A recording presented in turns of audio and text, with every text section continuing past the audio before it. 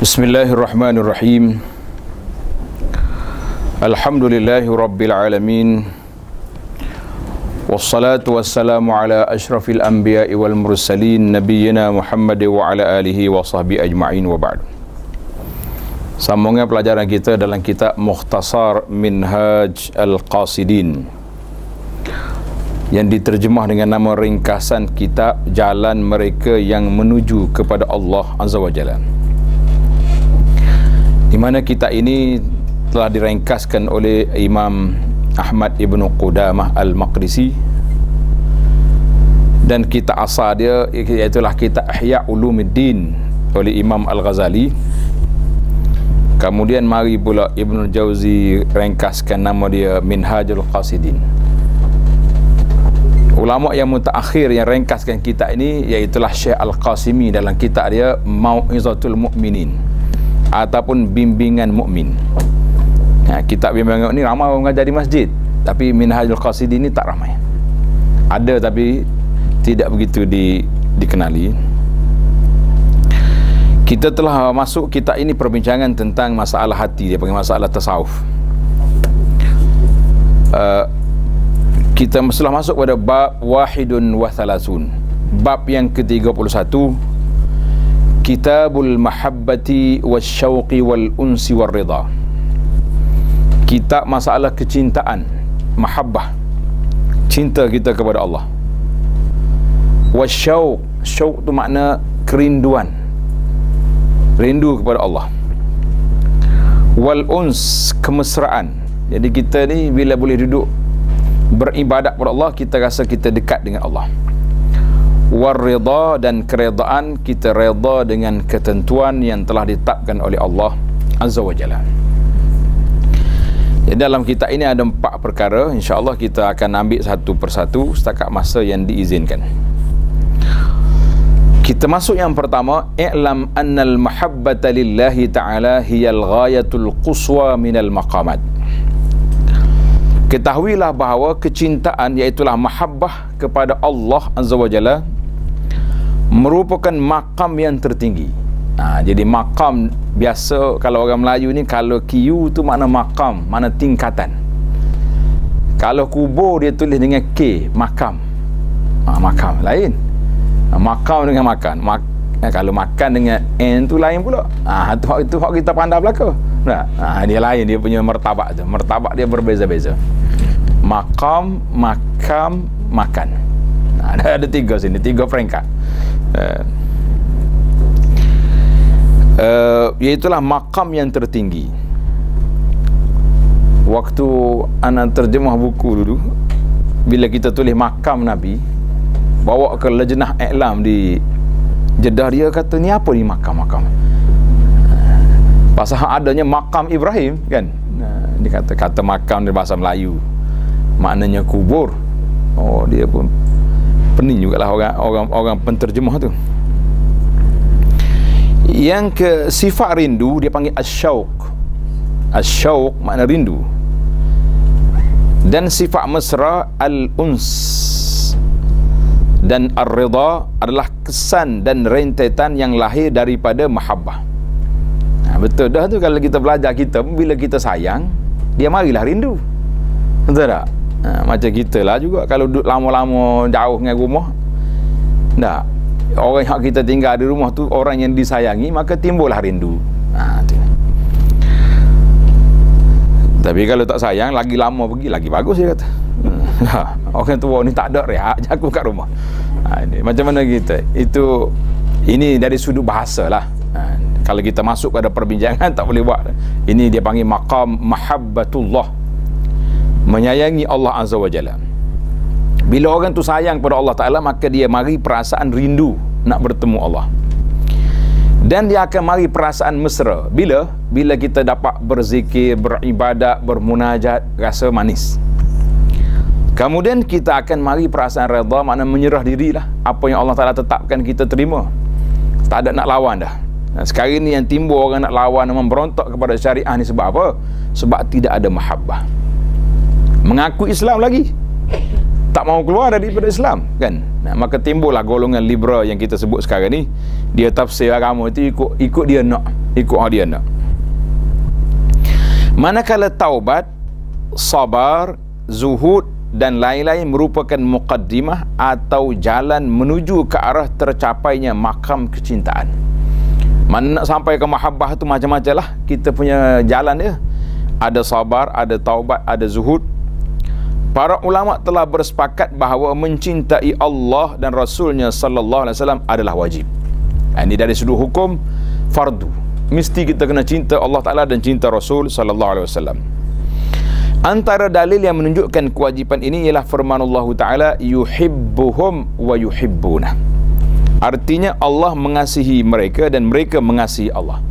Nah, itu dia panggil cinta berbalas.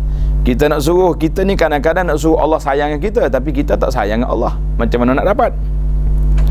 Surah Al-Ma'idah ayat 54 dan firman Allah Ta'ala, walladzina amanu ashaddu hubban lillah.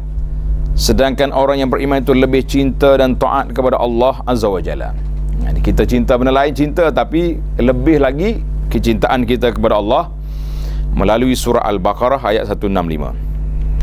Ayat ini menunjukkan merupakan dalil yang menunjukkan wajibnya mencintai Allah dan juga tahap perbezaan yang terdapat di kalangan manusia dalam mencintai Allah Azza wa Jalla. Ada orang cinta tak kuat, ada orang cinta Masya Allah kuat.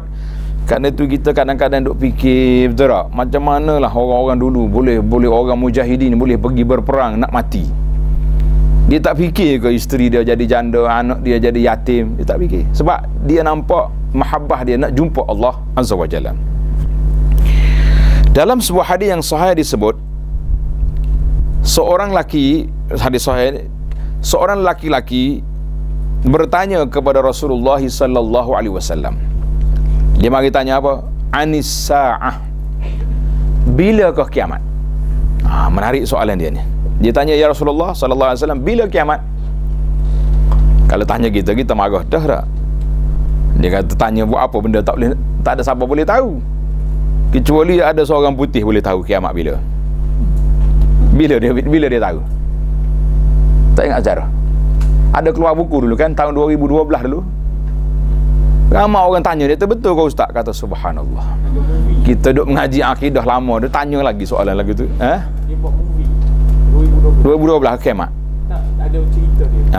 Lepas tu bila tak jadi kiamat tu, movie siri 2 pula 2020 pula. Laku pula filem dia. Jadi kita ni kalau duk main tu filem orang putih. Nabi sallallahu alaihi wasallam tahu dah. Tarikh kiamat tidak dapat ditahu, maka Nabi lebih menggunakan soal balas. Dia panggil dari sudut motivasinya tinggi. Nabi kata apa? Ma'adattalaha, mu tahu dah kiamat akan berlaku. Ma'adattalaha, apakah persediaan kamu untuk menghadapi kiamat? Itu soalan tu. Mu tahu kiamat kan? Apa persiapan awak? Lelaki itu menjawab, dia kata, ya Rasulullah, ma'adattu laha min kasrati salatin wala siyam wala illa anni uhibbullaha wa rasulah. Menarik ni. Dia kata, wahai Rasulullah sallallahu alaihi wasallam, saya tidak mempunyai banyak bekalan. Solat sunat tak banyak, puasa sunat pun tak banyak. Kalau tak ada solat tak boleh. Solat fardu kena ada. Tetapi saya cuma amat mencintai Allah dengan Rasulnya sallallahu alaihi wasallam. Soalan dia menarik. Dia kata dia mencintai Allah dengan Rasul sallallahu alaihi wasallam. Kemudian Nabi memberi jawapan, al mar'u ma'aman ahabba wa anta ma'aman ahbabta. Artinya seorang itu akan bersama dengan orang yang dicintainya dan engkau akan bersama dengan orang yang engkau cintai, iaitulah Allah Subhanahu wa ta'ala dan Rasulnya sallallahu alaihi wasallam. Hadis ini dalam Bukhari dan Muslim. Jadi menarik dia punya soalan tu kan. Pasal itulah sahabat-sahabat Anas kata apa? Anas kata bila dia riwayat hadis ni, dia kata, wallahi inni uhibbullaha wa rasulahu wa Abu Bakrin wa Umar. Aku sayang kepada Allah Ta'ala dengan Rasul, dengan Abu Bakar, dengan Umar. Aku mengharap aku akan bersama mereka. Jadi itu kata-kata Anas, respon kepada hadis yang dia riwayat itu. Masya Allah, tabarakallah. Dan orang Islam amat bergembira dengan berita itu, dan mereka tidak pernah segembira itu semenjak memeluk Islam. Jadi dia kata, aku inilah hari sangat gembira sebab jaminan Nabi, kamu akan dibangkitkan bersama dengan orang yang kamu sayang. Jadi sekarang ni kita letaklah kita sayang ke siapa atas dunia ni, untuk kita bangkit bersama mereka di akhirat esok. Diriwayatkan bahawa malaikat maut datang. Ini cerita ruya. Dalam bahasa Arab ni kalau kata ruya tu makna cerita. Riwayat biasanya tidaklah kuat, tapi ada cerita. Diriwayatkan bahawa malaikat maut datang untuk mencabut nyawa Nabi Ibrahim Khalilullah. Gelaran Nabi Ibrahim Khalilullah, mana kekasih Allah. Setiap Nabi itu ada gelaran dia lah. Lalu Nabi Ibrahim bertanya kepada Israel. Ibrahim tanya kepada malakul maut tadi. Faqala, tengok dalam kitab Arab tak ada nama Israel tu, sebab nama Israel itu tidak riwayat yang sahih. Nama dia tu Allah Taala sebut dalam Quran malakul maut, malakul maut. Tapi dah kita kenal Israel lah. Jadi Nabi Ibrahim tanya kepada malakul maut, adakah seorang kekasih Allah Taala sanggup mematikan kekasihnya? Mu ni sayang Allah Taala, mu nak macam mana awak ni? Lalu Allah Subhanahu Wa Taala mewahyukan kepada dia, adakah kekasih benci untuk berjumpa dengan kekasihnya? Dia terpanggil ayat balas, kan? Menarik tu. Orang sayang pada orang, dia nak mati. Allah Taala kata kalau dia sayang takkan tak nak jumpa. Ini sangat menarik. Lantas Nabi Ibrahim AS berkata, wahai malaikat, cabutlah nyawa aku sekarang, aku nak pergi jumpa Allah Azza wa Jalla. Banyak kalau kita baca dalam ada satu buku yang saya baca, namanya Kisah Benar dari Nabi SAW. Tengok dalam YouTube ada rakaman tu. Kisah benar dari Nabi dan juga kisah gaib. Banyak cerita-cerita macam ni. Kan waktu malaikat maut mari jumpa Nabi Musa, nak ambil nyawa dia kena tampar. Banyak cerita. Al-Hasanul Basri rahimahullah ta'ala, seorang ulama tabi'in, pernah berkata, sesiapa yang mengenali Tuhannya tentu akan mencintainya. Ini kata-kata ulama tabi'in. Man arafa rabbahu ahabbah. Sesiapa yang mencintai seorang selain dari Allah, di mana kecintaannya itu bukan kerana hubungan orang itu dengan Allah, maka itu menunjukkan kejahilan dan kedangkalan makrifahnya kepada Allah Azza wa Jalla. Jadi kalau kita sayang kepada orang yang tidak menyayangi Allah, maka kita salah kita tu. Kecintaan kepada Rasulullah sallallahu alaihi wasallam, para ulama dan orang yang bertakwa hanya lahir dari orang yang mencintai Allah Azza wa Jalla. Mana kemuncak yang pertama. Ini kerana kekasih kepada orang yang dikasihi adalah juga kekasihnya. Bahkan apa sahaja yang dilakukan oleh kekasih akan disukai dan disayangi. Begitu juga utusan kekasihnya juga akan disayanginya. Segala kecintaan tersebut lahir dari perasaan cinta kepada kekasih yang asal. Ini bab belajar kita tasawuf ni, kalau dia masuk dalam bab asyauq, bab rindu ni agak tinggi sikit perbahasan. Ini kena perhati betul-betul. Kadang-kadang kita pun tak main hidup main kekasih mari, kita pun tak tahu siapa akhirnya. Ini hati-hati betul. Maknanya dia bandingan lah orang yang cinta kepada Allah Ta'ala, kita cinta kepada Rasul dia, sebab yang mengutuskan Rasul itu Allah. Kekasih yang hakiki bagi orang yang sedar hanyalah Allah Subhanahu Wa Ta'ala, tiada yang selain darinya. Penjelasan perkara tersebut boleh lihat berdasarkan beberapa faktor. Ini kita nak jelas.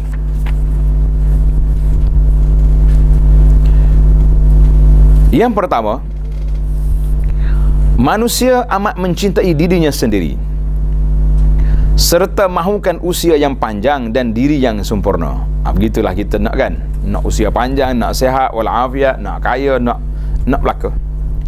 Mereka amat benci kepada perkara sebaliknya, iaitulah kematian, kebinasaan dan kekurangan. Inilah tabiat setiap makhluk yang bernyawa dan tiada yang terkecuali. Faktor ini sebenarnya boleh membawa kepada kemuncak kecintaan kepada Allah Azza wa Jalla. Apabila manusia mengenali Tuhannya, secara pasti dia akan mengetahui bahawa kewujudan dia ada atas dunia, usia yang panjang dan kesempurnaan adalah merupakan kurniaan Allah Azza wa Jalla. Kita sihat walafiat sekarang ni, kita senang hidup ni, semuanya anugerah Allah. Dialah yang menciptakannya. Allah lah yang mewujudkan zatnya. Kalaulah tidak kerana kurnian Allah dengan menciptakannya, nescaya dia tidak akan ada di dunia ini. Dan kalaulah tidak dengan kesempurnaan yang dikurniakan Allah kepadanya, nescaya dia akan berada dalam serba kekurangan. Kalau kita duduk situ, kita duduk di makam syukur, baru kita tahu bahawa aku ni sebenarnya tak ada apa, Allah Ta'ala yang beri, baru kita sedar.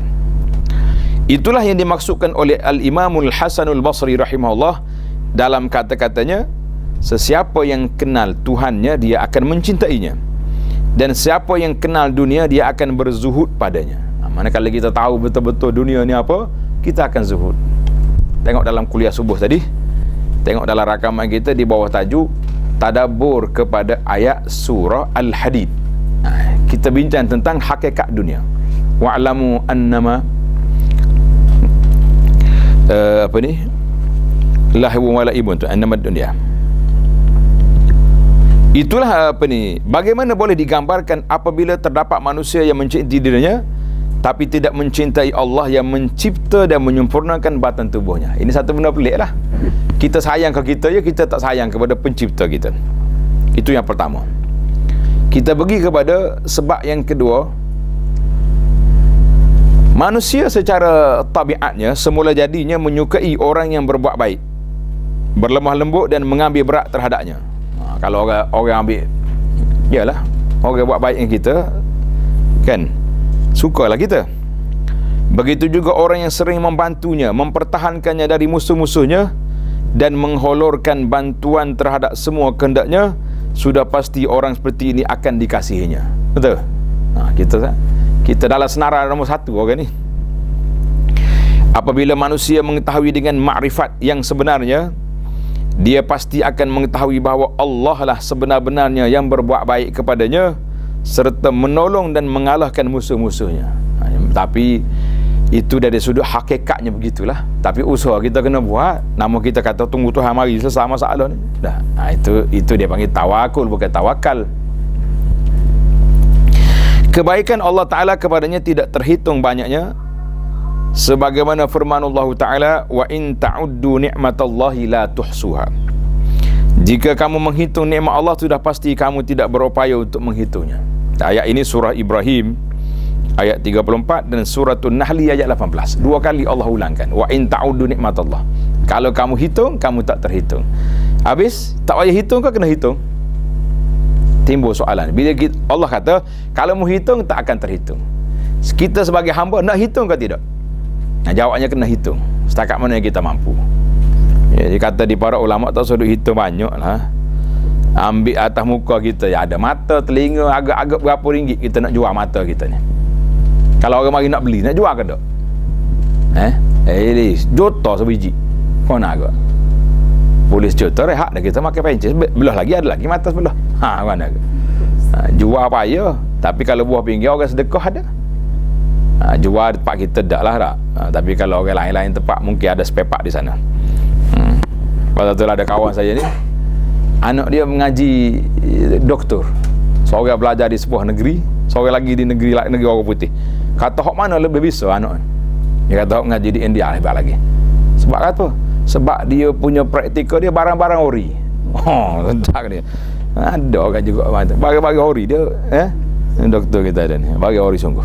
Tak main plastik dah. Tak ada. Dia belah orang sungguh, Buat balik dalam bilik pula tu, tak macam-macam budak-budak tak takut dah dia.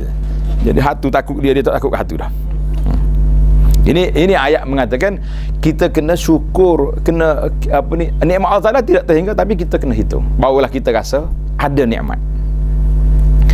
Kami telah memberikan penjelasan sebahagian daripadanya dalam bab asy-syukr. Lepas dah, tengok dalam bab yang lepas terdahulu. Tetapi di sini kami ingin menerangkan bahawa sifat ihsan dari manusia hanyalah simbolik, sedangkan hakikat ihsan sebenar ialah dari Allah Azza wa Jalla. Orang tolong kita ni dua sebab. Orang tolong kita dua sebab. Ada orang yang bekerja dengan kita. Kita tahu dia ikhlas tak ikhlas. Yang penting kita bagi duit, dia buat. Betul tak? Tapi ada orang tak perlu duit. Masya Allah, tabarakallah. Dia boleh bantu orang tanpa sebarang bayaran. Siapa dia yang hantar dia mari? Allah. Kalau Tuhan tak campak dalam hati dia, kesian belah kepada kita, ada orang nak tolong? Tak ada orang nak tolong. Ini. Itu hakikat. Untuk menjelaskan lagi, jika kita bayangkan seseorang telah memberi seluruh harta miliknya kepadamu dan kamu bebas menggunakannya, kamu tentu menganggap bahawa ini adalah satu budi baik darinya. Sebenarnya anggapan kamu ini salah. Ini kerana ihsannya itu terhasil dengan sebab hartanya, kekuasaannya ke atas harta itu, dan dorongan dalaman yang membangkitkan keinginan untuk memberikan harta tersebut. Kerana itu, siapakah sebenarnya yang menciptakannya dan juga hartanya, serta mencipta kehendak dan dorongan baik dari dalam dirinya? Siapa pula yang menjadikan hatinya kasih dan cenderung kepada kamu sehingga sanggup memberikan hartanya itu kepada kamu? Siapakah yang mencampakkan dalam dirinya suatu perasaan bahawa memberikan hartanya kepadamu adalah satu kebaikan kepadanya, sama ada pada agama ataupun dunianya? Jika tidak kerana dorongan-dorongan tersebut, tentu dia tidak akan melakukan demikian. Dia seolah-olah terpaksa menyerah dengan ketentuan-tentuan tersebut dan tidak berupaya mengingkarinya. Ini dipanggil ayat muhasabah. Kita kaji siapa dia. Oleh itu, yang melakukan ihsan dan kebaikan kepada kamu sebenarnya ialah Allah yang telah menjadikannya berlaku baik kepada kamu. Samalah seperti seorang menjaga khazanah harta seorang pemerintah yang disuruh oleh tuannya untuk memberikan suatu pemberian kepada seorang yang lain. Orang ni orang panggil juru bagi saja. Nah, jaga dia, pembahagi. Penjaga khazanah ini tidak boleh dianggap orang yang berbudi kerana dia sebenarnya terpaksa mentaati perintah tuannya. Boleh jadi dia tak suka pun nak bagi benda kita, tapi dah bos dia suruh bagi. Jika pemerintah tersebut membiarkannya membuat pilihan sendiri, pasti dia tidak akan menyerahkan pemberian tersebut kepada orang berkenaan. Manakala saya pilih lah, saya tak bagi dia ni. Tapi oleh kerana bos suruh, terpaksa dia kena buat. Ada tak lagu tu? Ada, kan? Begitulah keadaannya kepada setiap orang yang berbudi dan ihsan. Orang yang buat budi kepada kita, buat ihsan kepada kita, itulah keadaan dia. Jika Allah membiarkannya membuat pilihan sendiri, pasti dia tidak akan memberikan kepada orang lain walaupun sedikit. Dia bakhil. Allah telah menciptakan dorongan-dorongan terhadap perkara tersebut, lalu mengilhamkan dalam jiwanya bahawa bahagianmu pada hari akhirat ialah apa yang kamu belanjakan. Lalu dia pun melakukannya. Dia baca dengar ayat Quran, galakkan sedekah, dia bagi. Kita ni sayang ke harta kita ni, betul tak? Yuhibbunal mala hubban jamma. Tapi oleh kerana kita tahu pahala, kita keluarkan dia dari milik kita. Oleh itu, orang yang tahu hendaklah mencintai Allah sahaja, kerana ihsan dari Allah adalah satu perkara yang mustahil. Ihsan dari selain Allah, kena betul. Kerana ihsan dari selain Allah adalah satu perkara yang mustahil. Dia panggil ihsan hakiki. Tapi ihsan yang kita nampak ni memanglah daripada makhluk yang Allah Ta'ala telah letakkan dalam jiwa dia untuk melakukan kebaikan kepada kita. Alhamdulillah. Ana duk mikir kadang-kadang bila kita baca sejarah.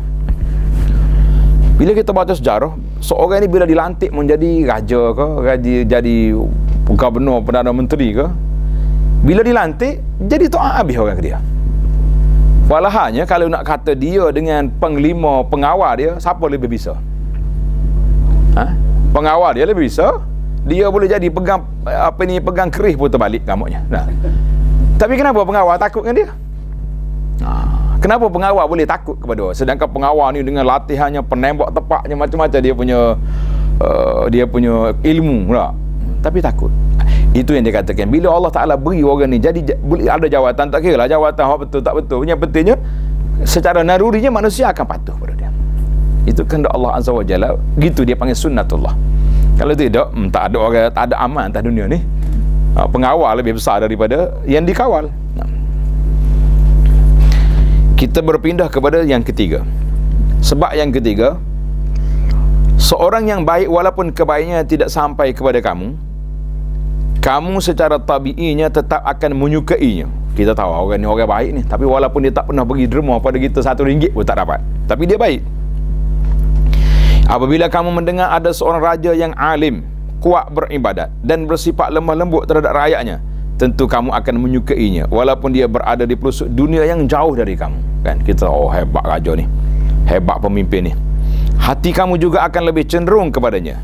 Demikianlah cinta seorang kepada orang yang berbudi pekerti, apatah lagi jika dia berbuat baik dan berbudi kepada kamu sendiri. Manakala dia buat tu, lagilah kita rasa nikmat itu terserlah hadir kepada kita.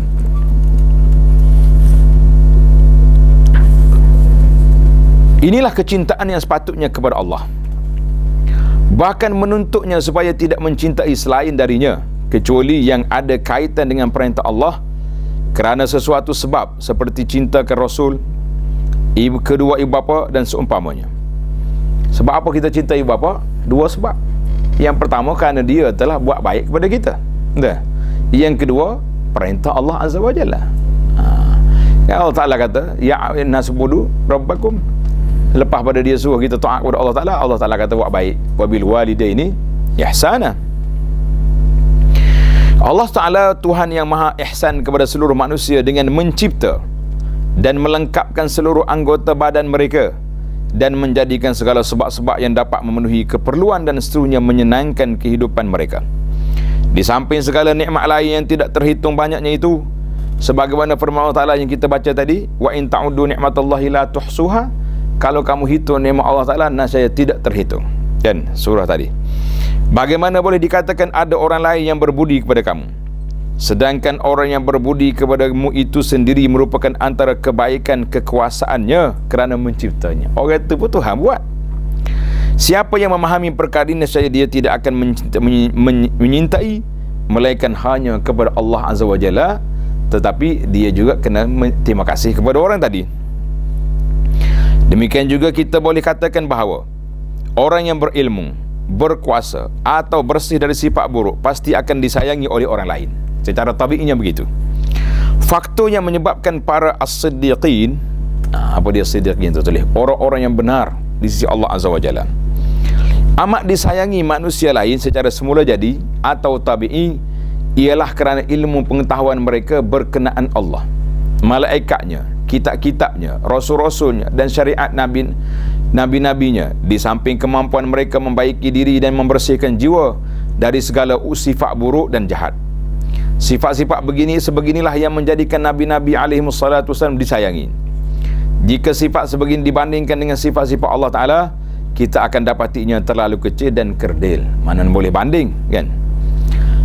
Berkenaan dengan sifat ilmu, maka ketahuilah bahawa segala ilmu yang terdahulu dan yang akan datang semuanya lah daripada Allah Azza wa Jalla. Ilmunya itu meliputi segala-galanya. Segala perkara walaupun seberat zarah, tidak terlindung dan terlepas dari pengetahuan Allah, sama ada yang berada di langit ataupun di bumi, makhluk apa saja pun. Allah Ta'ala berfirman kepada seluruh makhluk, wa ma utitum minal ilmi illa qalila, dan kamu tidak diberikan ilmu melainkan sedikit saja. Kita kata kita ni pandai, kita ni bertaraf profesor, bertaraf tu taraf ni, kita kata tu kecil belaka tu. Tahu, kita tahu banyak tu ialah surah Al-Isra ayat 58. Sekiranya seluruh penduduk langit dan bumi berkumpul supaya mereka dapat mengetahui secara menyeluruh ilmu Allah dan hikmahnya kepada kejadian semut atau nyamuk dengan detail, nascaya mereka tidak akan mampu mengetahui walaupun 1% dari hakikat sebenarnya. Sekarang ini ada satu kumpulan, nama dia Hayatul I'jazil Ilmi. Kena tulis ni, Hayatul I'jazil Ilmi. Baru orang boleh bahasa Arab, bahasa Inggeris pada terjemahan. Kita tengok bagaimana mereka ni kaji. Dia ambil ayat Quran, dia ambil hadis yang menyebut tentang makhluk, dia kaji. Lebah, nyamuk, ada dalam Quran. Minati apa lagi dah kamu? Semut, an-namli. Weh, semut ni Allah Ta'ala sebut dalam Quran, hatta iza atau ala wadin namli, ketika mereka Nabi Sulaiman datang di atas lembah semut. Kita kata lembah apa, semut ada challenge besar ni, betul tak? Tapi pengkaji telah buat kajian, rupanya semut ni nampak yang kecil, bawah ni bandar, satu bandar semut nama dia. Tapi bandar semut besar dia lah, tapi ada bandar ada tu. Itu dia panggil keajaiban. Kita boleh tengok satu-satu makhluk Allah Ta'ala ni boleh ditengok. Semut atau nyamuk. Oh, nyamuk lagi berat. Nyamuk ni Allah Ta'ala sebut kan, ba'udah sebut dalam Quran. Nyamuk ni antara makhluk kuat ke tak kuat? Nyamuk kuat apa teknik mampu. Macam mana boleh kuat? Orang lain nak menumpahkan darah orang terpaksa kena berperang. Si nyamuk mari relax, ya pek darah keluar. Masya-Allah, kita hebat dia. Yang tak mampu dibuat oleh penguasa-penguasa dalam dunia, tapi nyamuk boleh buat. Itu kita kata ajaib. Allahu akbar.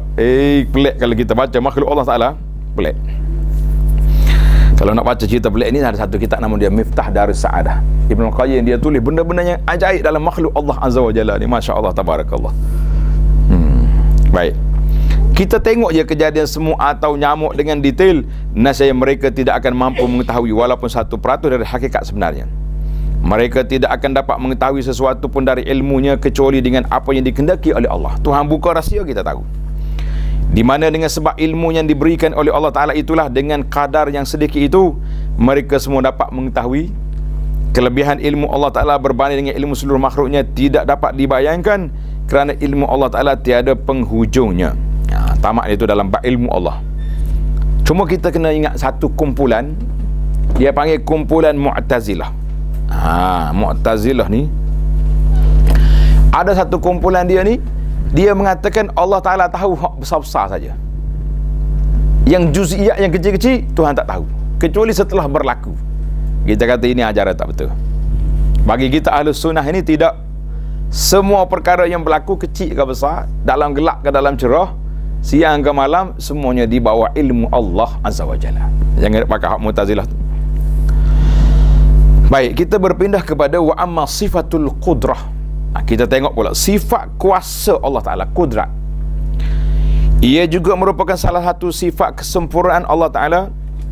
Apabila kamu membandingkan seluruh kekuasaan makhluk dengan kekuasaan Allah Ta'ala, kamu akan dapati orang yang paling kuat, paling luas kerajaannya, paling berkuasa, paling hebat, menguruskan diri dan juga orang lain.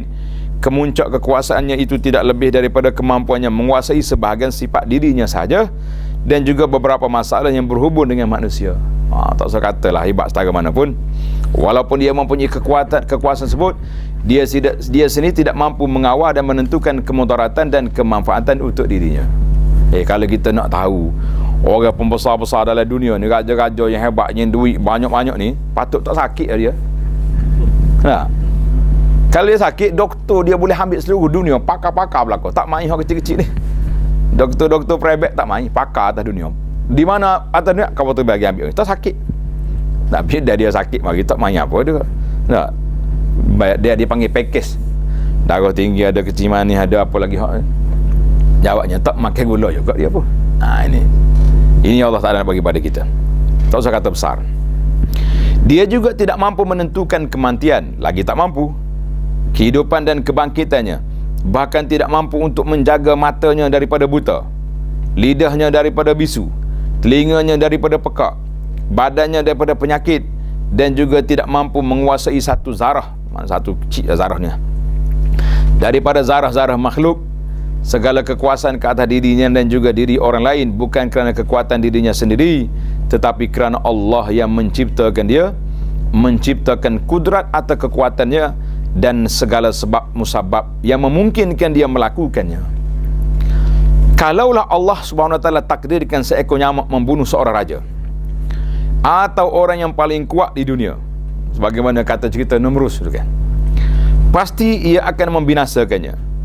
Maka manusia sebenarnya tidak memiliki sebarang kudrat atau kekuasaan kecuali jika dikurniakan oleh Allah Ta'ala dengan izinnya. Bila Tuhan bagi, barulah kita ada. Firmanullah Ta'ala berkenaan seorang raja yang paling berkuasa dan agung atas muka bumi. Nama dia Zulkarnain. Siapa dia Zulkarnain? Raja Zulkarnain, cerita dalam surah Al-Kahfi itulah. Zulkarnain. Allah kata apa? Inna makkanna lahu fil ard. Sesungguhnya kami telah memberikan kepadanya kekuasaan memerintah di muka bumi. Dia boleh pergi kan? Pagi sana, pagi sini, petang sini boleh pergi. Surah Al-Kahfi itu. Segala kerajaan dan pemerintahannya adalah dengan kekuatan yang diberikan oleh Allah Ta'ala. Seluruh makhluk berada di bawah genggaman dan kekuasaan Allah Ta'ala. Sekiranya Allah musnahkan mereka semua, ia tidak akan mengurangkan kerajaan dan pemerintahannya walaupun sebesar zarah. Jika dia mencipta 1000 kali lagi seperti mereka, ia tidak menjadi keberatan kepadanya untuk menciptakannya. Tidak ada yang berkuasa melainkan Allah. Dialah yang memiliki segala kesempurnaan, keagungan, kemegahan, ketinggian dan penguasaan. Tak boleh nak lagi.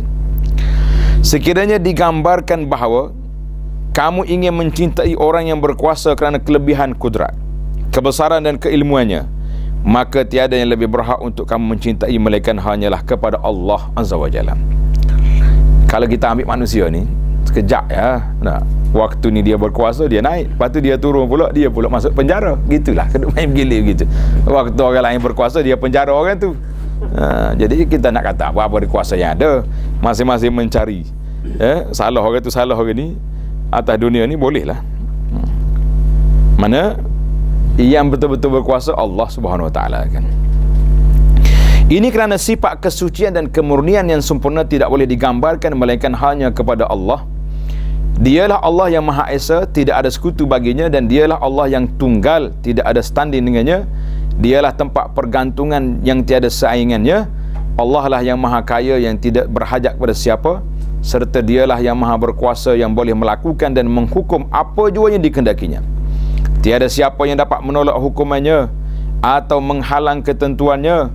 Allah Maha mengetahui dan tiada suatu walaupun sebesar zarah yang terlepas daripada pengetahuannya, sama ada di bumi atau di langit. Kita tanya, bagi tahu ini pegangan kita Ahlus Sunnah. Jadi buat hak tadi ajaran Sa'ad, dia kata tak, Tuhan tak tahu hak kecil-kecil, dia tahu hak besar. Dia tahu tajuk je dia. Hak kecil tak payah, bila berlaku baru tahu. Kita kata tak betul. Kesempurnaan makrifah golongan al-arifin. Tadi golongan siddiqin, al-arifin maknanya orang yang mengenali Allah Azza wa Jalla. Kita ni beri nama ya. Siddiq pun ada nama, arifin pun ada, apalagi hak ramai ni budak perempuan ni, asyiqin, nur asyiqin pun ada tak? Nur asyiqin pula ada. Kesempurnaan makrifah golongan al-arifin ialah dengan mengakui kelemahan dan ketidakmampuan mereka untuk mengenali Allah dengan sebenar-benarnya, sebenar-benar makrifah, iaitu dialah yang berhak untuk memiliki cinta dan yang sempurna dan tidak berbelah bagi. Jadi orang kenal Allah Ta'ala, dia menyayangi Allah lebih daripada segala-galanya. Itu dia panggil muqaddimah kepada bab tentang al-mahabbah dan kerinduan kita kepada Allah Azza wa Jalla. Sekarang ini kita berpindah kepada faslun fi bayani anna ajallal lazzat wa a'laha ma'rifatullah. Fasal pada menyatakan setinggi-tinggi kemanisan dan kenikmatan ialah apabila kita mengenali Allah Azza wa Jalla. Kita pun tak tahu nak kata, tengok orang-orang yang baru masuk Islam, contohnya apabila berlaku kepada Saharatu Fir'aun, ahli-ahli sihir zaman Fir'aun. Berapa hari dia masuk Islam? Ahli sihir hak lawan Nabi Musa AS tu, berapa hari masuk Islam? Dia tengok tungkak Nabi Musa, pauk campak, dia telan semua tali-tali tu. Mereka mengatakan amanna bi Rabbi Musa wa Harun. Fir'aun terkejut.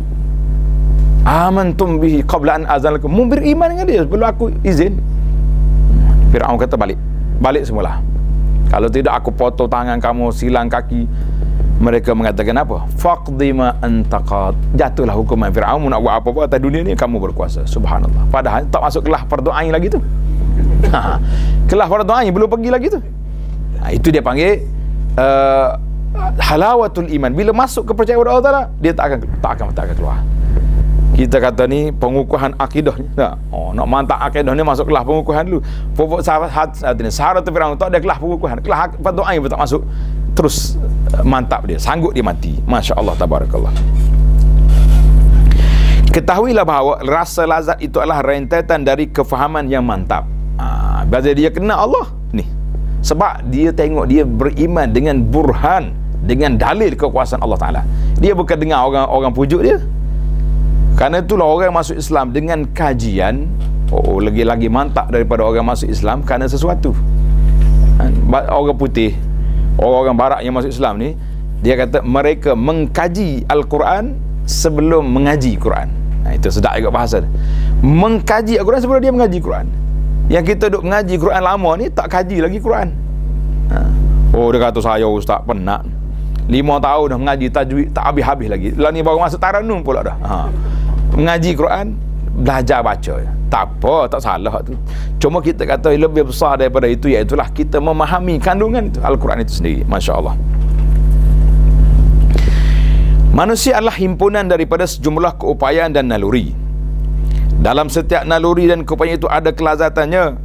Naluri ini tidak diciptakan sia-sia, bahkan ia mempunyai tujuan-tujuan tertentu, iaitulah untuk melahirkan suatu tindakan yang akan memenuhi keperluan tabiat naluri itu sendiri. Naluri keinginan untuk makan diciptakan untuk mewujudkan proses penghasilan makanan yang menjadi tonggak kehidupan manusia. Jadi bahasa nak makan lah kita kan. Baru ni ada kawan saya ni, gemuk sangat dia.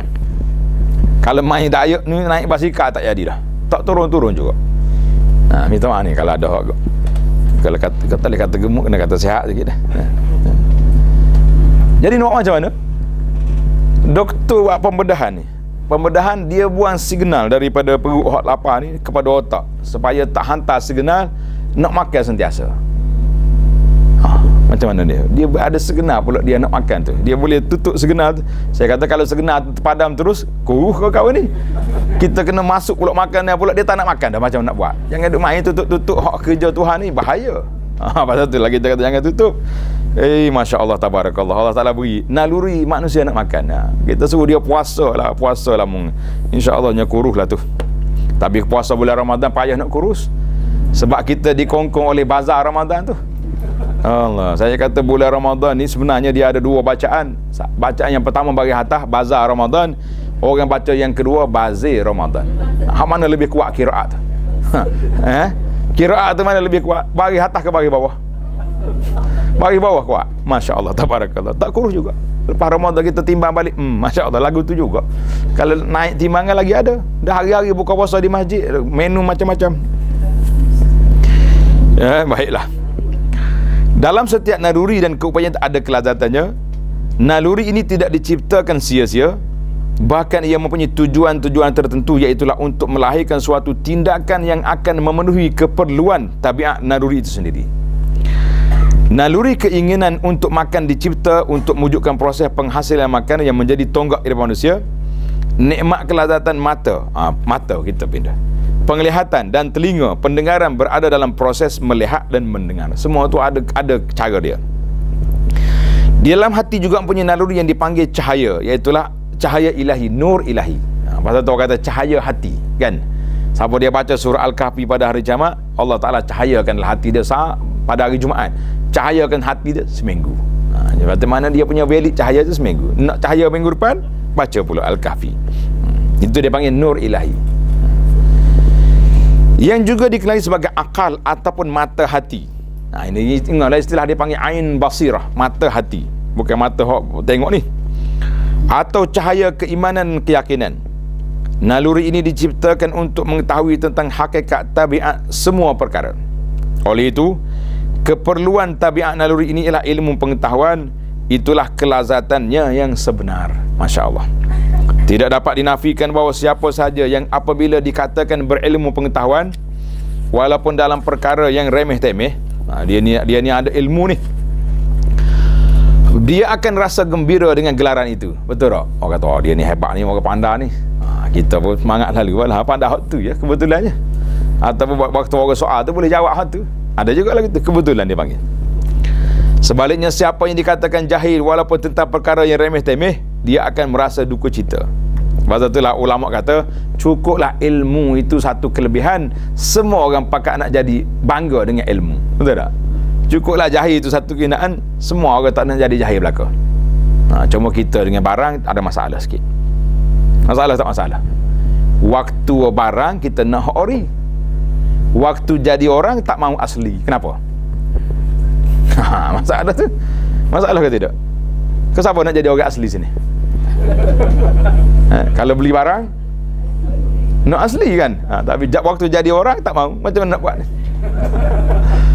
Jangan nak gorang marah orang asli pula, dia tu apa ustaz ni main-main kita. Mana orang Asli tu orang dia ya, kepulauan dia tak boleh masuk. Masya Allah, tabarakallah. Jadi jahil itu tak ada orang nak. Semua itu adalah kerana terlampau lazatnya ilmu dan disebabkan ilmu. Sedang seseorang itu akan merasai kesempurnaan dirinya. Sesungguhnya ilmu adalah sebaik-baik sifat terpuji dan kemuncak kesempurnaan. Oleh sebab itu manusia secara tabi'inya akan merasa senang jika dipuji kerana bijak dan banyak ilmu. Kita sekarang ni zaman Facebook ni, orang tak puji, kita puji sendiri. Betul tak? Oh, hebat saya ni. Tak ada orang puji, kita letak sijil kita. Tengok, saya punya sijil. Nak orang pun puji bawah. Anak kita kalau dapat 5A kak, tak ada balik ke rumah lagi. Sekalinya sijil keputusan perasa dia tak situ, tengok. Kita kalau mikir macam anak dia seorang yang cerdik atas dunia ni. Anak kita pun cerdik juga. Tapi gitulah suasana, maknanya bangganya kita dengan ilmu. Kemudian kelazatan mengetahui tentang perladangan dan jahitan tidak sama dengan kelazatan mengetahui tentang politik dan pengurusan. Tengok minat lah. Orang tu jahit, dia suka ilmu dia tu. Kita orang politik pula tak ada dah, suruh jahit tak kerti. Begitu juga ilmu mengenai syair, tata bahasa Arab dan sebagainya tidak sama kelazatannya dengan ilmu berkenaan Allah, malaikat dan segala khazanahnya di langit maupun di bumi. Tahap kelazatan dan kegembiraan bergantung kepada kemuliaan sesuatu ilmu berkenaan. Dengan ini jelaslah bahawa ilmu pengetahuan yang paling lazat ialah ilmu yang paling mulia. Ilmu apa? Dan kemuliaan satu ilmu itu pula terletak pada kemuliaan perkara yang ingin diketahui. Sekiranya perkara yang ingin diketahui itu merupakan suatu yang paling besar, paling sempurna, paling mulia dan paling agung, maka tidak syak lagi bahawa mengetahui berkenaan dengannya merupakan suatu kenikmatan dan kelazatan yang paling hebat dan mulia. Ilmu apa yang paling tinggi? Iaitulah ilmu tentang Allah, ilmu tentang Rasulullah sallallahu alaihi wasallam. Itu yang paling tinggi. Sehingga kan ulama mengatakan semua perkara yang berkait dengan Al-Quran mulia belaka. Al-Quran diturun pada bulan Ramadan. Bulan Ramadan paling mulia. Diturunkan pada malam Lailatul Qadar, malam Lailatul Qadar yang paling mulia. Diturunkan, dibawa turun oleh malaikat Jibril, Jibril yang paling mulia.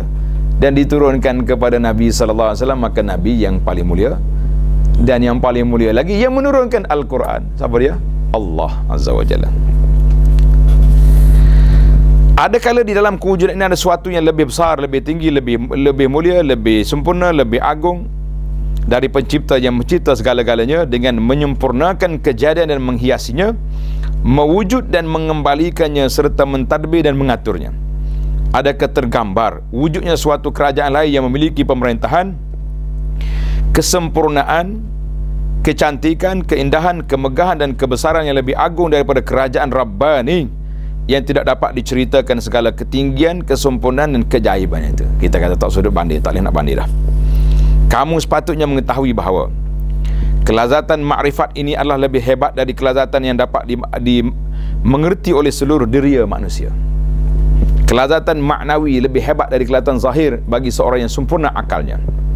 Kalau diberikan pilihan antara makan ayam dan kuih muih yang enak dengan nikmat kelazatan menjadi ketua, mengalahkan musuh-musuh dan mencapai kekuasaan, sudah tentu bagi orang yang punya semangat yang kental dan akal yang sempurna akan memilih untuk menjadi ketua walaupun terpaksa berlapar dan bersabar menahannya beberapa hari. Bahkan ia sudah menjadi remeh kepadanya.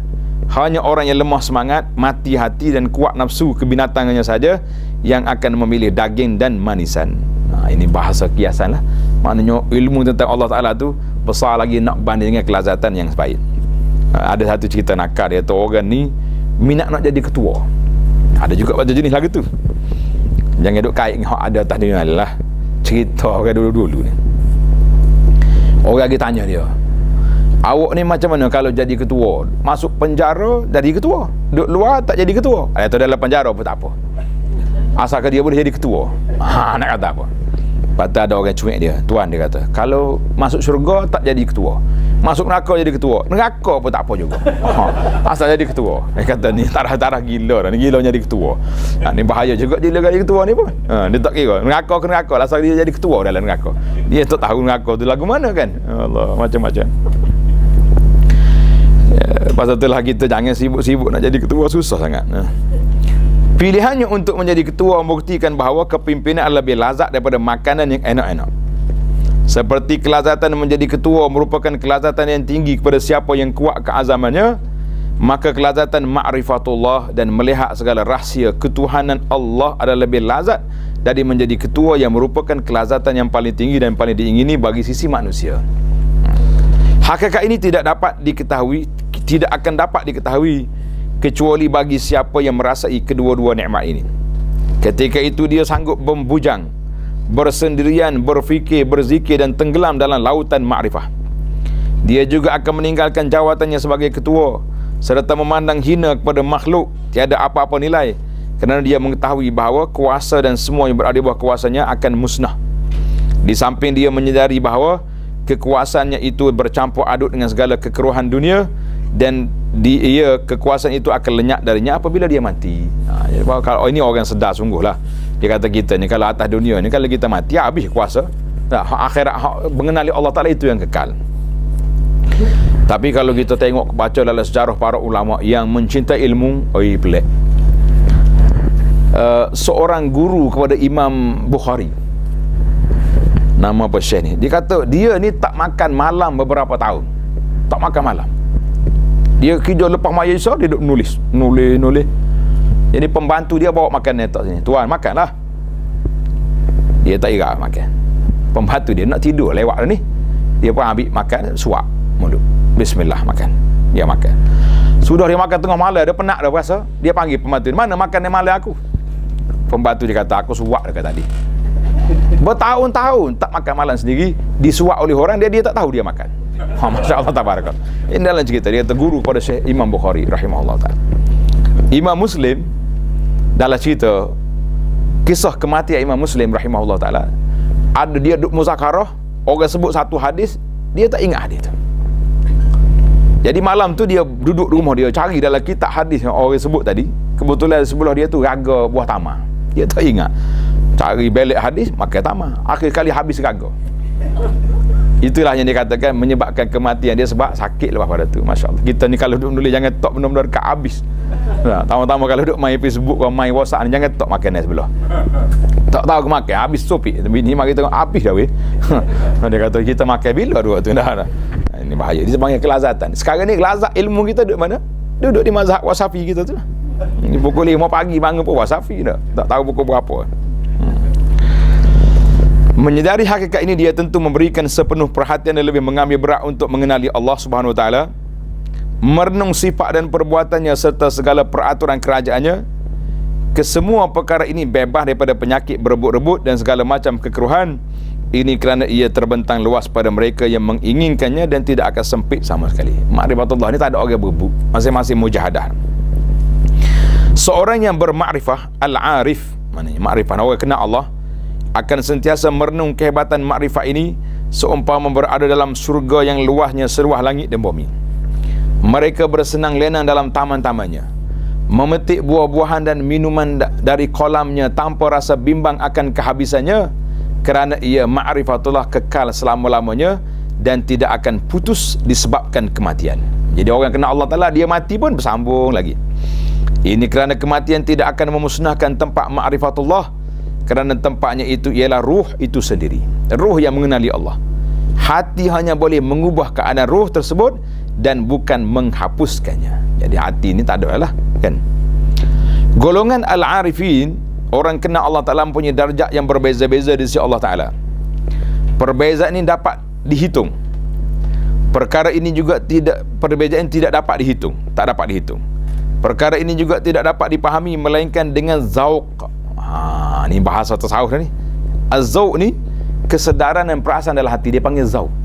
Pasal itulah kita kadang-kadang kita tengok orang-orang yang berzikir pelik-pelik. Dia kata apa ni? Dia panggil zauq, dia panggil. Tapi kita kena ingatlah, zauq tak zauq pun kalau menyalahi sunnah Nabi, maka salah lah perbuatan itu. Ada setengah orang ni berzikir lompat. Ni keluar dalam video ni, dia panggil selawat. Allah, apa nama main setan tu, heavy metal, selawat heavy metal pula ada. Dengan rambut pusing-pusing duduk selawat, kita kata la. Ala bi zikrillah tatmainnul, ada kaedah dia. Tapi kalau cakap buat ni, dia kata tak boleh, dia dalam maqam ma'rifah ni dia tak tahu dah zauqnya pasal. Jangan, jadi kata-kata zauq jangan menyalahi syariat. Sebab orang-orang yang mengaku benda ni, dia kata dia keluar daripada syariat dah. Darajat dia lebih tinggi. Kita kata tak boleh. Nabi yang paling tinggi sekali syariat tak mengisytiharkan dia keluar daripada syariat. Tak ada Nabi kata Abu Bakar mu kena solat, aku tak payah dah. Mana ada. Nah, buat-buat ni dia kata dia makam tinggi, dia tak payah solat. Tak payah solat. Anak murid percaya. Dia kata tok guru dia duk makam dia semayang Mekah tu. Anak jumpa dah sekali orang ajaran lagu ni. Waktu kita pergi masjid, ada seorang pakcik tidur dekat tangga masjid. Kita kata kejut lah anak maghrib ni. Anak murid dia kata, shh, diam. Saya kata pelik ni. Apa sebab? Dia kata jangan ustaz. Dia ni tidur sini tapi dia semayang Mekah. Saya kata jumpa orang sini rupanya ada semayang Mekah. Kita berbisik kata lepas solat Isya ni, lepas ceramah ni ada jamuan. Dia kata ada. Gini lah, awak mari pinggir kosong tak depan dia. Kata mu tok ayah makan mayam Mekah, awak klik nasi mandi lah. Baru tengok rumah pinggir, tengok tak. Berapa pecah pinggir malam tu. Main nasi mandi ke mana, dia tidur situ. Hei, macam-macam. Jadi namun setakat apa yang telah disebut ini sudah cukup untuk memberi tahu bahawa ma'rifatullah ada semanis-manis nikmat. Tidak ada kelazatan terlebih daripada itu. Oleh sebab itulah Abu Sulaiman Ad-Darani, tulis Abu Sulaiman Ad-Darani seorang ulama tasawuf ni yang hebat. Apa dia kata? Abu Sulaiman kata apa?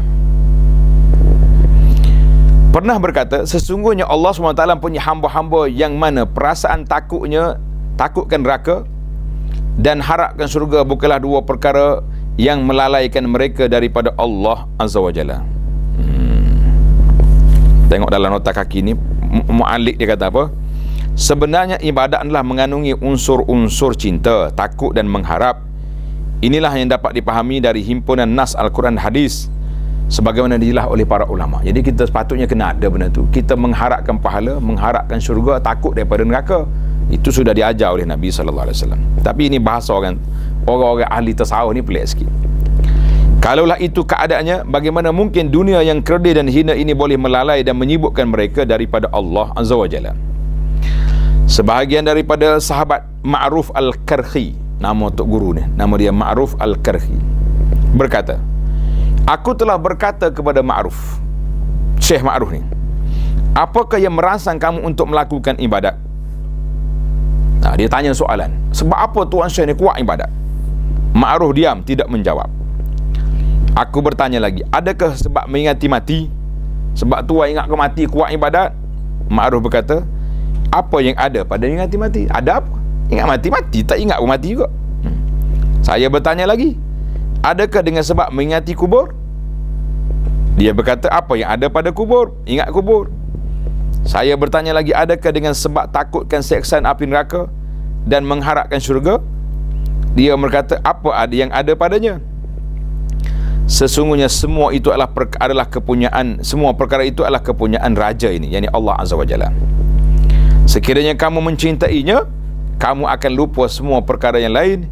Jika kamu mengenalinya, ia sudah mencukupi bagi dirimu dan tidak perlu lagi kepada perkara yang lain. Maknanya ini orang panggil makam tinggi lah.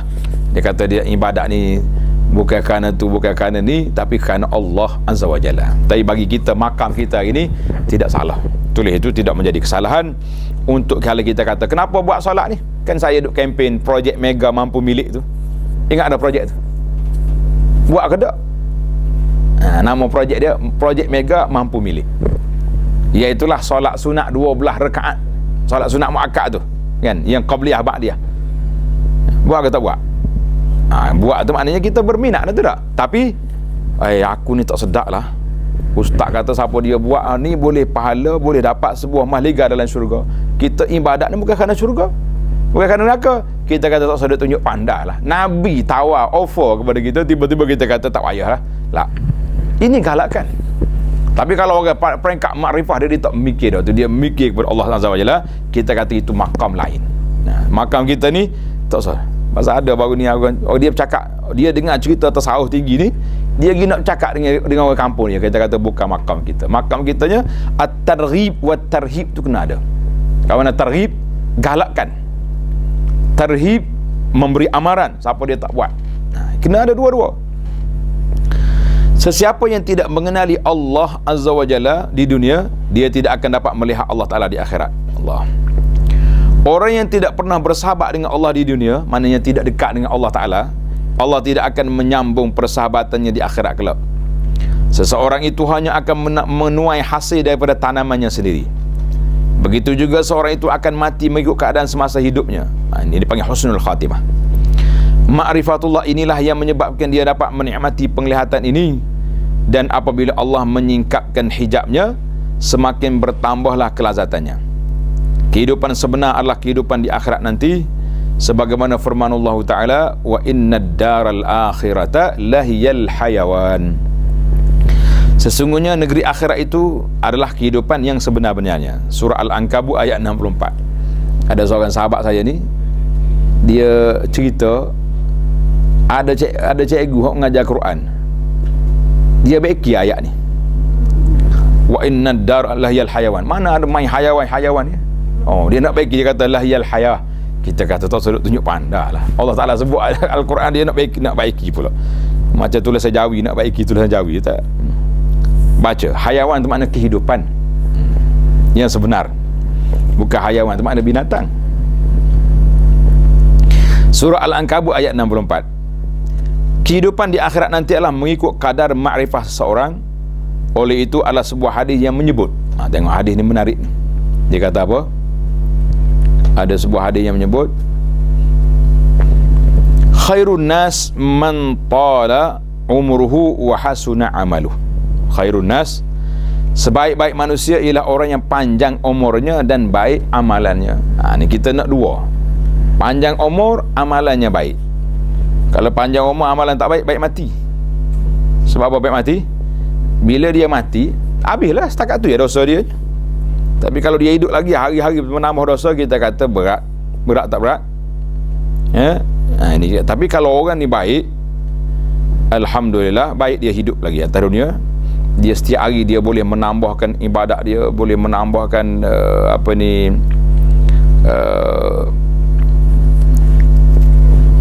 mendekatkan diri kepada Allah Ta'ala. Tulis hadis ni, dia tulis kat bawah ni, telah ditakhrij sebelum ni. Sedap dia. Patut dia bagi tahu pula, tulis tu. Hadis ni daripada Nufi' ibn al-Harith al-Thaqafi, nama dia Abu Bakrah. Anna rajulan qala ya Rasulullah. Jadi Abu Nufi' al-Harith ni, mari Abu Bakrah ni, dia kata seorang laki-laki bertanya Rasulullah sallallahu alaihi wasallam, man khairun nas? Siapakah orang yang paling baik? Qala man tala umruhu wa hasuna amaluh. Orang yang baik, panjang umur dia, baik amalannya. Qala fa ayyun nas syarrun? Siapakah manusia yang jahat, yang celaka? Qala man tala umruhu wa sa'a amaluhu.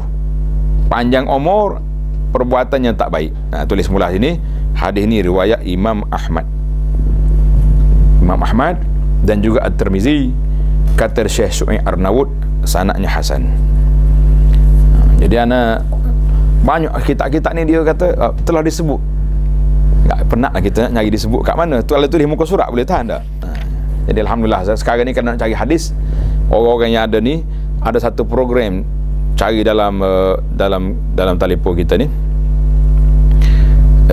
Dia tulis Al-Bahisul Hadisi.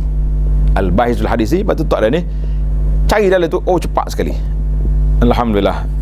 Sebab tu sekarang ni tak boleh nak main-main bab hadis ni. Orang dah buat macam-macam alat untuk mencari hadis. Tiba-tiba kita duduk baca hadis-hadis yang tidak ada riwayat, yang hadis-hadis palsu dan sebagainya. Jangan. Bagus ni. Al-Bahisul Hadisi. Al-Bahis Al-Hadisi. Dia keluar. Baiklah, alhamdulillah.